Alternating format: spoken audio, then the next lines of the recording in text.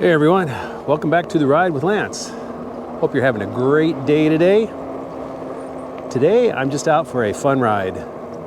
Talk a little about this new bike I've been testing and reviewing,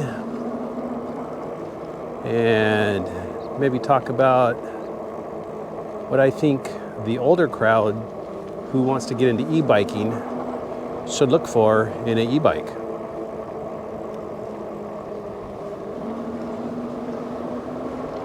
But let's move on down the trail a little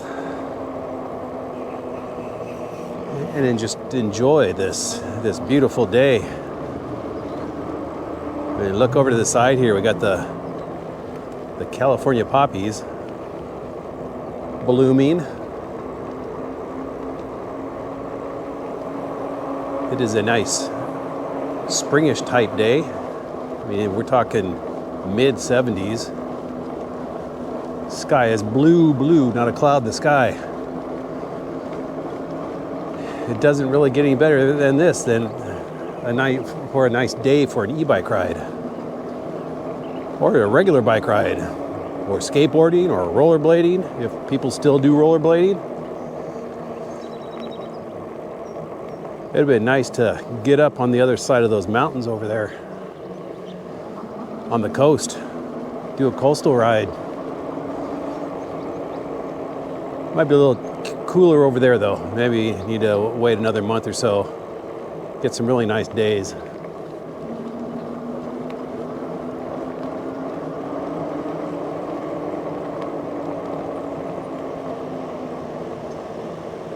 Let me pull over here and pull that 360 camera in.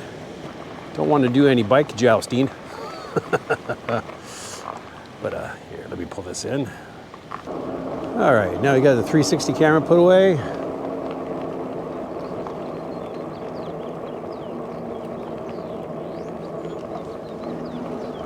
Let me talk a little about that new bike I just got. Oh, I was out all day yesterday. I think I was on that thing for 4 hours. Just riding all over the place.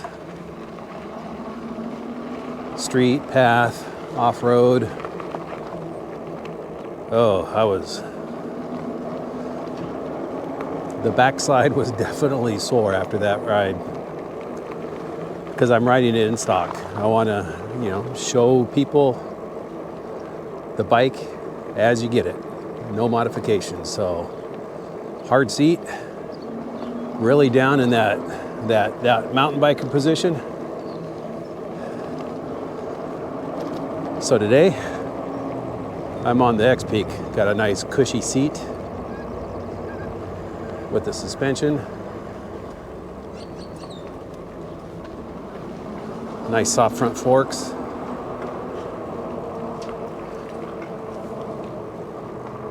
And a real nice just upright riding position. Feels really good.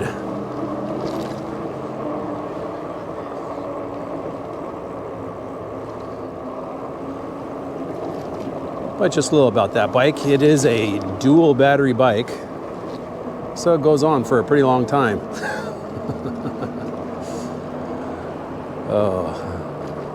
I think with the 4 hours I was riding it yesterday, I've only gone through about 25% of the battery. But it is also a full suspension e-bike, and it did pretty good off-road being full suspension.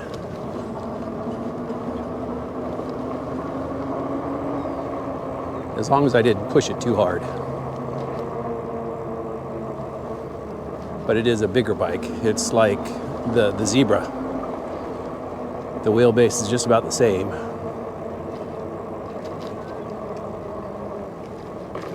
And it is a step over. I didn't get a choice about that. I got what they sent me. But I am grateful. So that will be coming to you soon. I'm currently editing that video. Today I went out and did a few extra shots for it.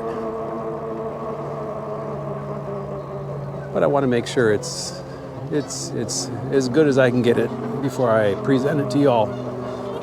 Hey, Goose. Where's Maverick?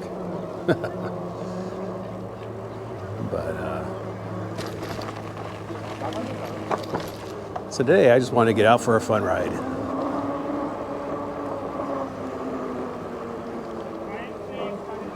And then also talk about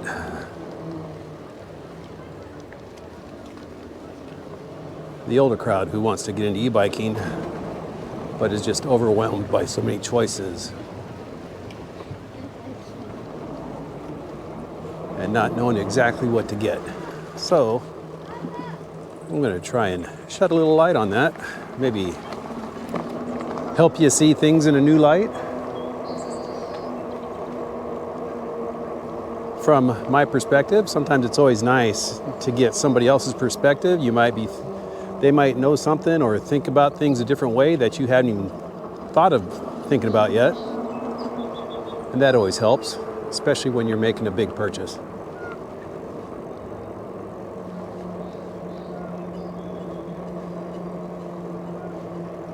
So, if I was new to the e-bike market, wanting to get my first e-bike, and I knew what I know now, this is what I would be looking for. The first thing I'd want to do is determine what exactly are you going to use the e-bike for. Is it just riding on the street around your neighborhood on hard bike paths like this, or a little off-road like I'm doing now? Or maybe you want something more like more mountain bike-ish, where you want to get a little rougher, or you want to ride harder.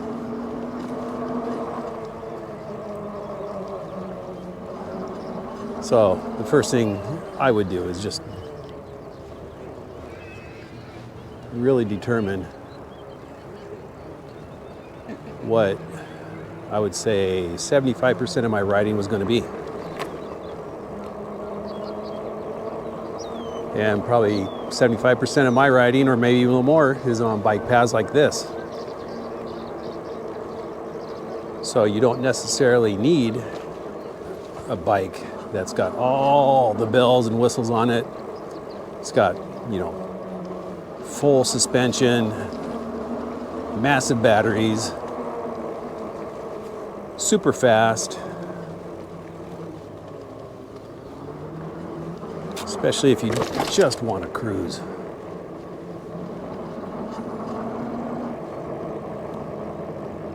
So I would look at the regular full size 26-inch 4-inch fat tires.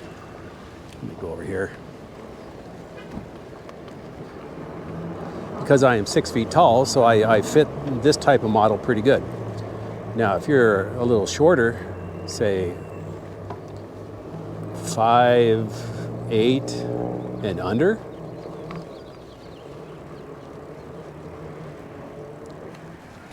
then you might want to look at the smaller e-bikes, 20-inch wheels. Now, just because you're going smaller doesn't mean you're losing out on power or a smaller motor or anything. These bikes got the same for the bigger models and the smaller models. So that you don't have to worry about that as being a concern. But you definitely want to get the bike that fits you. And if you're not as limber as you used to be, definitely look at the step through. The high step, unless you can swing your leg over that back wheel, and if there's a rack on there or a box on there, you're gonna have to swing even higher.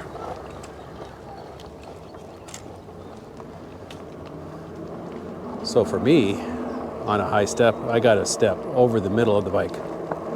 I got to swing my leg up and over, and the same thing getting off. So a step through is what I look for first in both models. Full-size model, full-size bike, or even in the shorter 20-inch wheel bikes.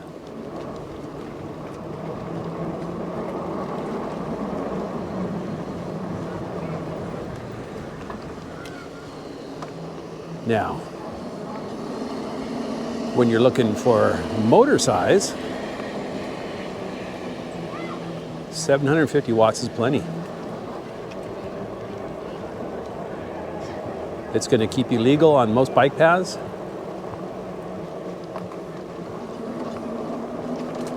You're going to be able to do 20 for sure. I mean, that's how it's going to be set at when it comes from the factory. If you want to go faster, then you got to get into the programming to unlock it. And some of them will go up to 28 after you unlock it. But it might not be something that you're really worried about. If you're just worried about cruising along the path like I am, you know, most paths the speed limit is 15 miles an hour. And you know that, you know, they're going to be cracking down even more with all this e-bike stuff going on. So I'm sure sooner or later you'll see the e-bike police on the paths giving tickets out to people going over 15, riding recklessly, weaving in and out of people unnecessarily. Yeah, you definitely don't want to become one of those. I try and make a conscious effort to be polite on the trail. Don't put other people in danger.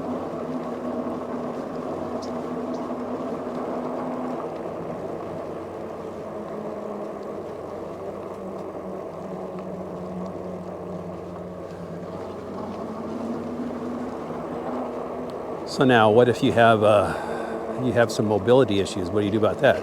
Maybe you still want to be active, but maybe there's something that's just saying, hey, I can't do a bike. I can't do two wheels. Well, in that case, consider an E-Trike.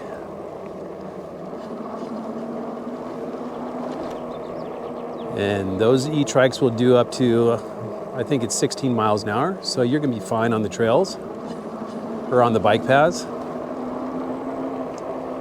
And the good thing about E-Trikes is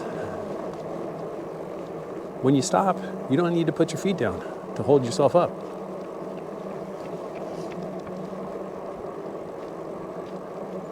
And balancing shouldn't be an issue either, unless you're getting into really sharp turns, which you just don't want to do on an E-Trike.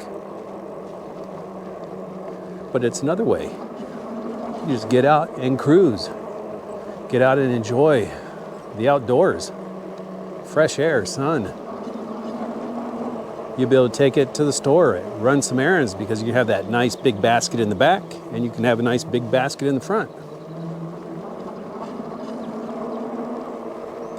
And there are a lot of companies now that make decent E-Trikes.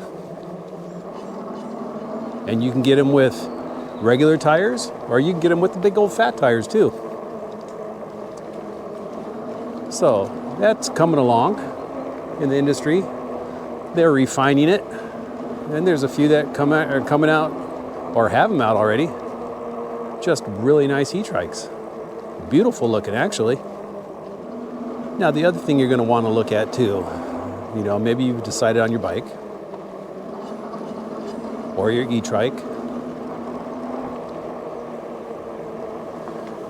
Safety should also be first and foremost in your mind.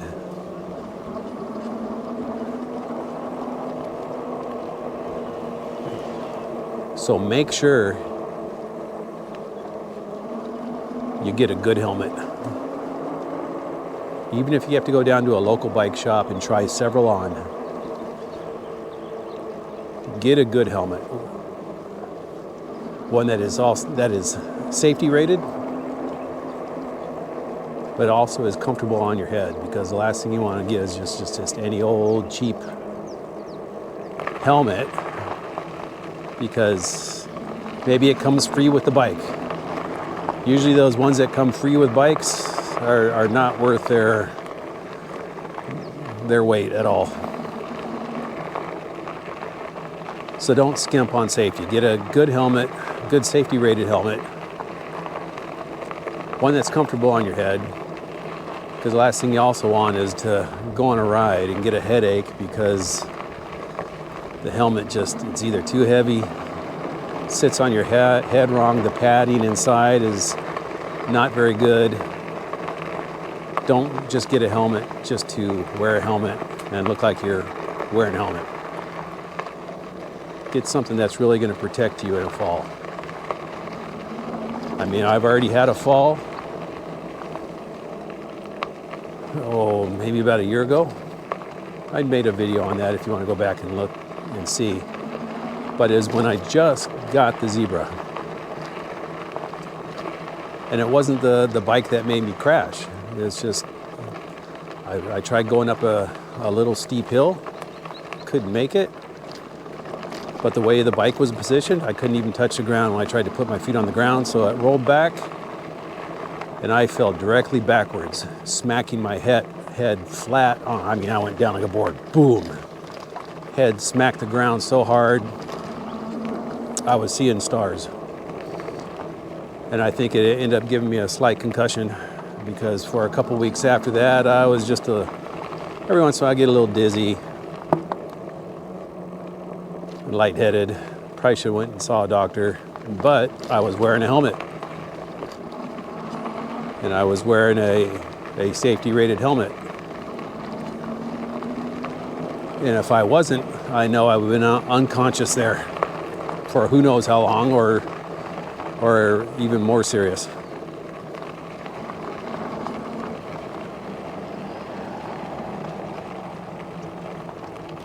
But definitely get something to protect the noggin. If you're gonna go out and spend, $1,500, $2,000 on e-bike, spend $100 on a good helmet. What else would I get? Well, you can see I'm wearing gloves. Now, you don't need to wear gloves. I just prefer it. Or you can get even the fingerless gloves, so your fingers can breathe. But gloves aren't necessary. Just remember that if you are gonna do some off-roading, there could be a chance that you slide out. And what happens when you fall? You naturally put your hands out to try and break your fall. So if I was to fall on something like this and I put my hands out, those hands would be sandpapered and probably cut up. So I wear gloves just to help in instances like that.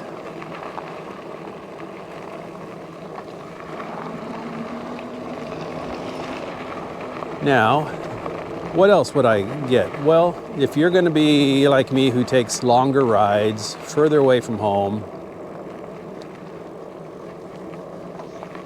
I do wear a waist pack.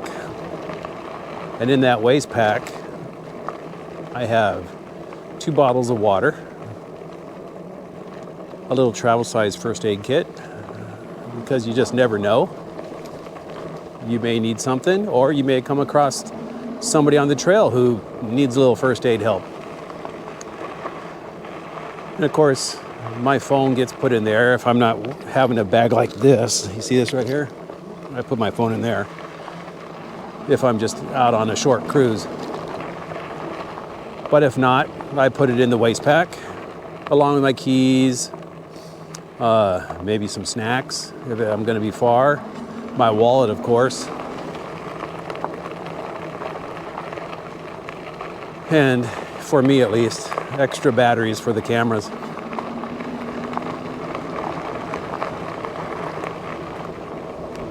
Now, the one other thing you might want to consider getting is some type of eye protection. Sunglasses. I would get polarized sunglasses if you're going to get them. It helps with keeping the reflections down off things. So if you're riding into the sun, you don't want to get blinded by too many reflections. It also helps keep any dirt or any flies or bugs that might be flying around out of your eyes. And it keeps the eye watering down if you're on a colder day.